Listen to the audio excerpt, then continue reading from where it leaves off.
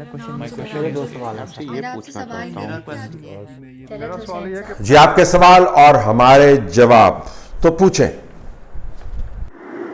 یہ حکومتی وزراء کے جو اثاثے اور ان کی دوہری شہریت جو ممالک میں ہے، اس حوالے سے جو اعداد و شمار آئے ہیں، تو طلعت صاحب اس بارے میں وضاحت کریں. تو ان لوگوں کی کیسے پاکستان کے ساتھ یہ وفادار ہو سکتے ہیں جب یہ دوسرے ممالک کی شہریت رکھتے ہیں، اور جب ان کے اپنے کاروباری مفادات ہیں تو یہ کیسے جو ہے اس سے مبرہ ہو سکتے ہیں. خصوصاً یہ مراد سعید کی اور عمران خان صاحب کی طرح وہ تقریریں تو نکال کے دکھائیں لوگوں کو کہ یہ دوسروں کے بارے میں کیا کہتے تھے کہ جی فلانے کے پاس تو اقامہ ہے، فلاں اس طرح ہے، تو ہم تو مدینے کی ریاست بنانے والے ہیں. تو اس بارے میں وضاحت کر دیں کہ یہ کیا یہ بھاشن صرف عوام کو بیوقوف بنانے کے لیے تھے. طلعت بھائی، ہم یہاں پہ جو فورن اپنا اوورسیز پاکستانی ہمیں 20 سال یہاں پہ ہو گئے ہیں، ٹھیک ہے. ہم آج بھی پاکستان میں 6-7 کروڑ روپے کی پراپرٹی کا نہیں سوچ سکتے بنانا. حلال کی کمائی یہاں پر بھی بڑی مشکل ہے، اور ان کے پاس اتنے پیسے آئے کہاں سے؟ میری تو عقل میں نہیں سمجھ آتی کہ پتہ نہیں کون سا ان کو کوئی 4 چاند لگے ہوئے ہیں. 5 کروڑ، 15 کروڑ، 20 کروڑ، 25 کروڑ. اس کے پاس 5 ملین پاؤنڈ ہے اس کے اکاؤنٹ میں، زلفی بخاری کے. یہ کون سا ایسا کاروبار ہے جو یہاں پر تو ہم 20 سال ہو گئے، ہمیں تو سمجھ نہیں آتی کہ کہاں سے کماتے ہیں پیسے. کاروبار بھی کرتے ہیں، ٹیکس بھی دیتے ہیں، لیکن اتنی ان تو نہیں جتنی پاکستان میں ان پڑی ہوئی ہے. I am really depressed. Please tell me کہ ان کا کیا حل ہے؟ کوئی لا نہیں ہے ہمارے ملک میں جو ان کا کوئی بندوبست کیا جائے؟ جی ان کے اثاثے ہیں، یہ خود وضاحت کریں. ایک تو کلیئر کلیش آف انٹرسٹ ہے، آپ کو نظر آ رہا ہے. بزنس بھی کر رہے ہیں، انرجی سیکٹر کے اندر گھسے بھی ہوئے ہیں، اور اسپیشل ایڈوائزر جو ہے پیٹرولیم کے اوپر بنے ہوئے ہیں، پیٹرولیم کے ذریعے انرجی سیکٹر کو فیڈ کرتے ہیں، اپنی کمپنی بیچ میں انوالو ہے. یہ کلیش آف انٹرسٹ نہیں ہے کیا؟ جہانگیر ترین جو ہے وہ تو شوگر کمیشن اور رپورٹ کے کھاتے، ویسے بھی جہانگیر ترین کے مخالف بہت بن گئے تھے. فواد چودھری نے تو بلی جو ہے تھیلے سے نکال ہی دی ہے کہہ کے کہ اسد عمر کی وجہ سے جہانگیر ترین کو فارغ کیا گیا ہے، کسی کرپشن کی وجہ سے نہیں کیا گیا. 36,000 ایکڑ تو وہ خود مانتے ہیں ان کے پاس زمین تھی. عام اسٹیمیٹ کے مطابق 1,00,000 ایکڑ کی زمین کے اوپر کاشت کرتے تھے. 20% پاکستان کی ٹوٹل جو مارکیٹ ہے چینی کی، ان کے قبضے کے اندر ہے. اور اب جو رپورٹ سامنے آئی ہے آپ نے دیکھی، اس کو میں ٹویٹ کر دیتا ہوں، جس میں بتایا گیا کہ 4,000 کی کیپیسٹی تھی کرشنگ کی اپنی مل کے اندر، 26,000 کے اوپر لے گئے، جس سے ان کو جو فائدہ ہوا ہے، جو غیر قانونی طریقے سے انہوں نے کرشنگ کی کیپیسٹی بڑھائی ہے، جو فائدہ ہوا ہے وہ 25 سے 30 بلین روپے کا ہے. آپ نے صحیح سنا، 25 سے 30 بلین روپے کا ہے. دایاں ہاتھ تھے، حکومت چلا رہے تھے، پالیسیز اناؤنس کرتے ہوتے، تو پتہ نہیں چل رہا آپ کو؟ خسرو بختیار کا پتہ نہیں ہے کیا؟ آپ کو زلفی بخاری کے بزنس انٹرسٹ کا کیا پتہ نہیں ہے؟ ان کے پیچھے جو انیل مسرت بیٹھے ہوئے ہیں انگلینڈ کے اندر، جو ہاؤسنگ کے پروجیکٹس پش کر رہے ہیں، ان کا آپ کو پتہ نہیں؟ سب کو پتہ ہے. آپ کو پتہ نہیں ہے کہ آپ کو شاید نہ پتہ ہو، مجھے بھی ابھی پتہ چلا ہے کہ سندھ کے اندر جو منسٹر بڑے بولتے ہیں پی ٹی آئی کے، سندھ سے جو ہیں، ان کے کھانچے کیا ہیں؟ جو اعلیٰ عہدے پر بندہ اپنا فائز کیا ہوا ہے سندھ میں، اس کے کھانچے کیا ہیں؟ کہاں سے پیسہ بنایا جا رہا ہے؟ سب کو پتہ ہے. تو اثاثے ظاہر ہے، اب شہریتیں بھی ہیں اور اثاثے بھی ہیں، تو وضاحت ان کو کرنی چاہیے، لیکن وہ ایک شارٹ ٹرم سٹوری تھی، وہ نکال دی گئی. عوام بیوقوف نہیں بنتے ان معاملات سے، یہ میں آپ کو بتا دوں، اور آپ نے سوال پوچھ کے یہ ثابت کر دیا. اور یہ سمندر پار پاکستانی ہیں، ان کو بھی سوال سنجیدگی سے پوچھنا چاہیے نا. ہمارے بہت سارے دوست ہیں، وہ ابھی بھی بات کرتے ہیں جی کہ نہیں جی ہے بندہ بڑا صاف ستھرا. صاف ستھرے بندے کی ڈیفینیشن کیا ہوتی ہے؟ صاف ستھرے کے بندے کی ڈیفینیشن وہ کمپنی ہوتی ہے جس کو وہ پروموٹ کرتا ہے، نرچر کرتا ہے، جس کمپنی کے اندر وہ رہ کے کام کرتا ہے، جن کے ذریعے وہ کام کرتا ہے. اگر ارد گرد جو ہے وہ 2 نمبری کا سمندر ٹھاٹھے مار رہا ہو اور بیچ میں اس سمندر سے آپ کی کشتی مستفید ہو رہی ہو، تو آپ کی کشتی صاف ہوگی. آپ سارے پاکستانی باہر رہتے ہیں، یہ پوچھنا بنتا ہے آپ کا حق، بالکل یہ پوچھنا. سوال آپ نے ٹھیک کیا ہے بھئی، کون سی گدڑ سنگھی ہے؟ پاکستان میں تو ہمیں گدڑ سنگھی کا پتہ ہے کہ ریل اسٹیٹ کے ذریعے آپ کر سکتے ہیں. آپ ریل اسٹیٹ بھی کیا ہے؟ عوام کی زمین عوام سے ہی کے نمائندوں سے 2 ٹکے کی لے کے اور عوام کو بڑے پیمانے کے اوپر ری انویسٹ کر کے واپس کرتے ہیں اور بینکوں سے پیسے لیتے ہیں، وہ بھی عوام کے ہی ہوتے ہیں، اس طرح امیر بن جاتے ہیں. یہ ایک طریقہ ہے، یا وہ طریقہ ہے جہانگیر ترین نے اپنایا ہوا ہے. تو پیٹرول میں ہے، ویٹ میں ہے، شوگر میں ہے. باہر کیا طریقے ہیں؟ ذرا اٹھا کر دیکھیں ان کے اثاثے بنے کس طریقے سے. یہ کون لوگ ہیں؟ چودھری سرور سے لے کر زلفی بخاری تک. خود آپ پروفائل ڈیولپ کریں، آپ کو پتہ ہونا چاہیے کہ کہاں سے انہوں نے پیسے بنائے ہیں اور پھر اس پیسے کے ساتھ کیا کیا ہے، کتنا انویسٹ کیا پاکستان کے اندر اور کتنا زیادہ خود بنایا. جو موجودہ حکومت نے گزشتہ روز پی ٹی وی کی فیس میں 65 روپے کا اضافہ کر دیا ہے، بیٹھے بٹھائے 35 روپے سے فیس بڑھا کر 100 روپیہ کر دی ہے، اس بارے میں آپ کوئی رہنمائی فرمائیں. طلعت بھائی، سننے میں آ رہا ہے کہ آپ پی ٹی وی بجلی کے بلوں میں 100 روپے ماہوار چارج کیا کرے گی. آپ سے پوچھنا یہ تھا کہ 1200 روپے ہر سال میں کیوں دوں، میں پی ٹی وی کو کیوں ادا کروں جبکہ میں پی ٹی وی کی نشریات دیکھتا ہی نہیں ہوں. مجھے یاد ہے 22 اکتوبر 2014 کو آج کے وزیر اعظم عمران خان نے خود اس 50 روپے ماہوار پی ٹی کی فیس کی مخالفت کی تھی اور نواز گورنمنٹ کے خلاف عدالت میں جانے کا اعلان کیا تھا کہ 1000 کروڑ روپے ہر سال پی ٹی وی کا کدھر جاتا ہے. اور آج عمران خان سے کوئی یہ پوچھ کے بتا دے کہ اب یہ پیسہ کہاں جائے گا. یہ فیس کے اوپر کلبازیاں جو ہیں وہ حیران کن ہیں. پہلے خبر آئی کہ فیس بڑھا رہے ہیں، پھر خبر آئی کہ فیس نہیں بڑھا رہے ہیں، پھر خبر آئی کہ جی اب فیس بڑھانے کا سوچ رہے ہیں. تو ابھی تک تو اسی ابہام کا شکار ہیں. لیکن یہ کوئی پہلا موقع تو نہیں ہوگا نا کہ انہوں نے کچھ کہا کچھ ہے کیا کچھ اور ہے. اور ٹیکنیکلی تو جب 35 روپے لی جاتی تھی تب بھی غلط تھی، اور جب 100 روپے لی جاتی ہے تو تب بھی غلط ہے. تو وہ ایک صاحب فرما رہے تھے، میرے خیال میں M D P T V کا میں بیان پڑھ رہا تھا، جن کی شہریت کے بارے میں ایک اور ایشو کھڑا ہو گیا کہ جی یہ تو ٹی وی سیٹس کے اوپر ہے. تو پی ٹی وی جو ہے وہ ٹی وی سیٹس کا ماما چاچا ہے کیا؟ پی ٹی وی کا ٹی وی سیٹس کے کیا تعلق ہے؟ وہ ٹی وی مینوفیکچر کرتا ہے، وہ امپورٹ کرتا ہے، وہ ٹی وی کی انڈسٹری چلاتا ہے ٹی وی سیٹس کی. کیوں پی ٹی وی کو فیس دی جائے؟ بالکل نہیں دی جانی چاہیے. 35 روپے اور 100 روپے کیا ٹکا نہیں دیا جانا چاہیے. اور کنسیڈرنگ کہ وہاں پہ بیٹھ کے جو انٹرویوز ہوتے ہیں اس میں کووڈ-19 کے 19 فضائل بیان کیے جاتے ہیں. پی ٹی وی ایک بہت اہم ادارہ ہے، ایک نیشنل سمبل ہے، ایک ٹریننگ اکیڈمی رہی ہے. لیکن پی ٹی وی کو عوام پر جبری ٹیکس کے طور پر نافذ نہیں کیا جا سکتا. حکومت کو اپنے ادارے چلانے تو سبسیڈائز کریں، اس کو اپنے کھاتوں سے سبسیڈائز کریں، اور 1000 چیزوں کو سبسیڈائز کریں. اپنے پیاروں کو سبسیڈائز کر رہے ہیں تو پی ٹی وی کو بھی سبسیڈائز کر دیں.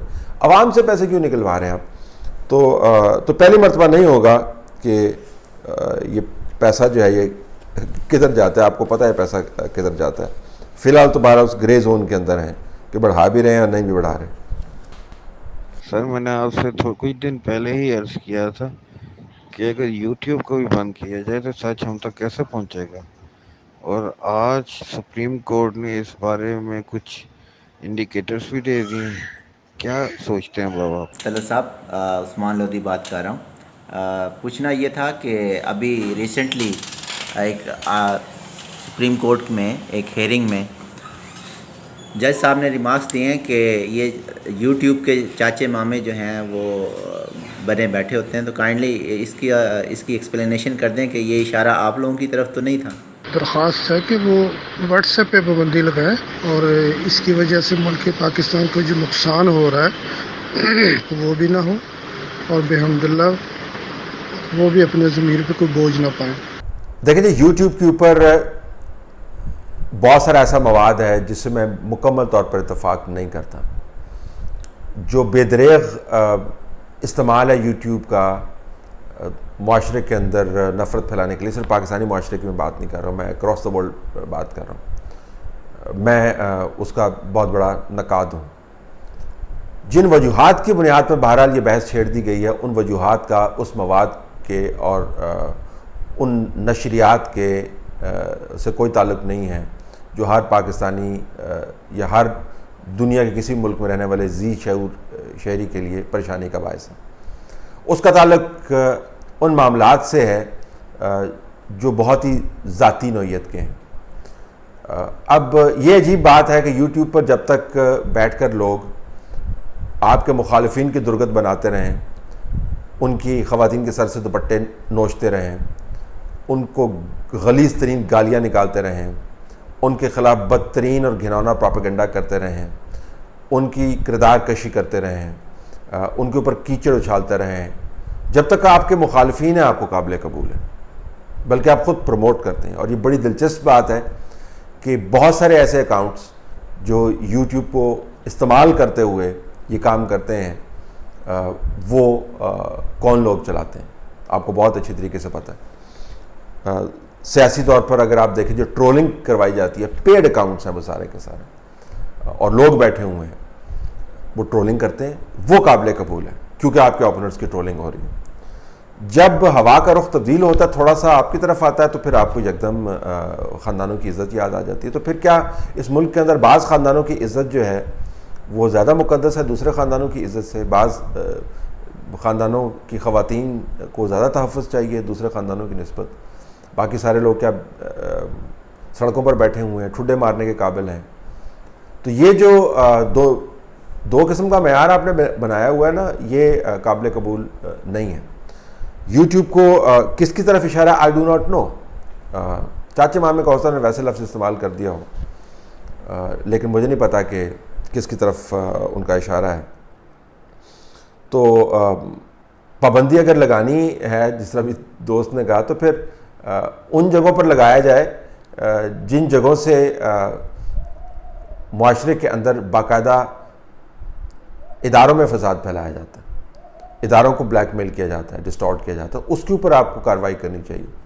اور آپ کو پھر سلیکٹو ہونا ہوگا اپنے اپروچ کے اندر. آپ ایک بلینکٹ بین نہیں کر سکتے، اور پھر یہ بین وائبل نہیں ہے، یہ نہیں چل سکتا کیونکہ اس کی انٹینٹ جو ہے وہ بڑی واضح ہے. تو جن کی دل آزاری ہوتی ہے ان کو پتہ چلتا ہے کہ یہ میڈیم جو ہے کتنے خطرناک مقاصد کے لیے استعمال ہو سکتا ہے. لیکن اس کے ساتھ ساتھ ہمیں یہ بھی ماننا ہوگا کہ اس کی بہت زیادہ اس کے فوائد بھی ہیں. آپ کی پہنچ، آپ کا بزنس، آپ کی کمیونیکیشن، آپ کی معلومات کی فراہمی، سب کچھ اس کے ذریعے آج کل ہو رہا ہے، بالخصوص جب سے یہ وبا پھیلی ہے کووڈ-19 کی. تو ان حالات کے اندر میں بلکہ رمیز راجہ کا کوٹ پڑھ رہا تھا جس میں وہ کہہ رہے تھے کہ کووڈ-19 اور no YouTube you must be kidding or some thing like that. تو بالکل یہ لوگ ٹھیک بات کر رہے ہیں. تو جہاں جو لوگ یہ کام کر رہے ہیں ہم ان کو پکڑیں قانون کے مطابق اور کارروائی کرنے کی کوشش کریں. بلینکٹ بین جو ہے نا وہ کسی طور بھی وائبل نہیں ہوگا، اور اس کے سلوشنز اویلیبل ہیں. آپ یہاں پر کریں گے تو پھر وہاں سے ہو جائے گا. تو اگر آپ نے نارتھ کوریا بن کے زندگی گزارنی ہے تو گزار لیں، یہ بھی کر کے دیکھ لیں، یہ بھی کر کے دیکھ لیں. بہت کچھ کر کے دیکھ لیا تمام تر ہدایت کے باوجود، تو یہ بھی کر کے دیکھ لیں. ہمیں اتنا شوق ہے تجربے کرنے کا، بالکل کریں یہ تجربہ. جہاں تک ہمارے جیسے صحافیوں کا تعلق ہے، کوئی اور پلیٹ فارم ہو جائے گا. اچھا اگر ہم یہ نہیں بھی بات کرتے، یوٹیوب کے اوپر آوازیں ساری بند ہو جاتی ہیں، تو اس سے کیا ہوگا؟ حالات تبدیل ہو جائیں گے. لیبیا کے اندر صرف سٹیٹ اونڈ میڈیا تھا، عراق کے اندر صرف سٹیٹ اونڈ میڈیا تھا، سیریا کے اندر صرف سٹیٹ اونڈ میڈیا تھا. طالبان نے مکمل طور پر میڈیا کے اوپر قدغن لگائی تھی. میں آپ کو 4 قریبی اگزامپلس دے سکتا ہوں، دے رہا ہوں اور بھی دے سکتا ہوں، جہاں پر کوئی اور آپ کو نقطہ نظر نہیں آتا تھا، سنائی نہیں دیتا تھا، بحث نہیں ہوتی تھی، کیونکہ ایک ہی نیریٹو آپ کو دیا جاتا، بیانیہ دیا جاتا تھا. تو کیا بنا ان ملکوں کا؟ بہت سٹیبل رہ گئے. چلیں اگر آپ کو یہ مثال پسند نہیں آئی تو 1971 تک آپ پاکستان کا گورنمنٹ کنٹرول میڈیا دیکھ لیں. جنرل پرویز مشرف کے 2001 اور 2 کے اندر یہ جو پرائیویٹ میڈیا سامنے آیا، اس سے پہلے کے سال اٹھا کے دیکھ لیں تو پاکستان کے اندر ایک ہی قسم کا بیانیہ آپ کو چلتا ہوا نظر آ رہا تھا. اسٹیٹ کنٹرول میڈیا جو تھا، ماں سماع چاندے کے اخبارات کے، اور محدود سرکولیشن تھی. جو میس میڈیا وہ ایگزسٹ نہیں کرتا تھا. تو کیا پاکستان جنت کا نمونہ تھا؟ کیا پاکستان کے اندر لوگوں نے پولیٹیکلی اویئر ہونا بند کر دیا تھا؟ بینظیر بھٹو کا جو 1986 کے جلسے ہوئے جب وہ واپس آئیں تو ان جلسوں کے اوپر کیا لوگوں کو اینکرز نے بلا کے بٹھایا تھا کہ جی آپ آئیں جلسہ گاہ کے اندر؟ کس طرح لوگ پہنچ گئے تھے؟ تو یہ ایک خام خیالی ہے کہ اگر ہم نے بات بند کر دی تو ہمارے کرتوت بھی چھپ جائیں گے. کرتوت نہیں چھپیں گے.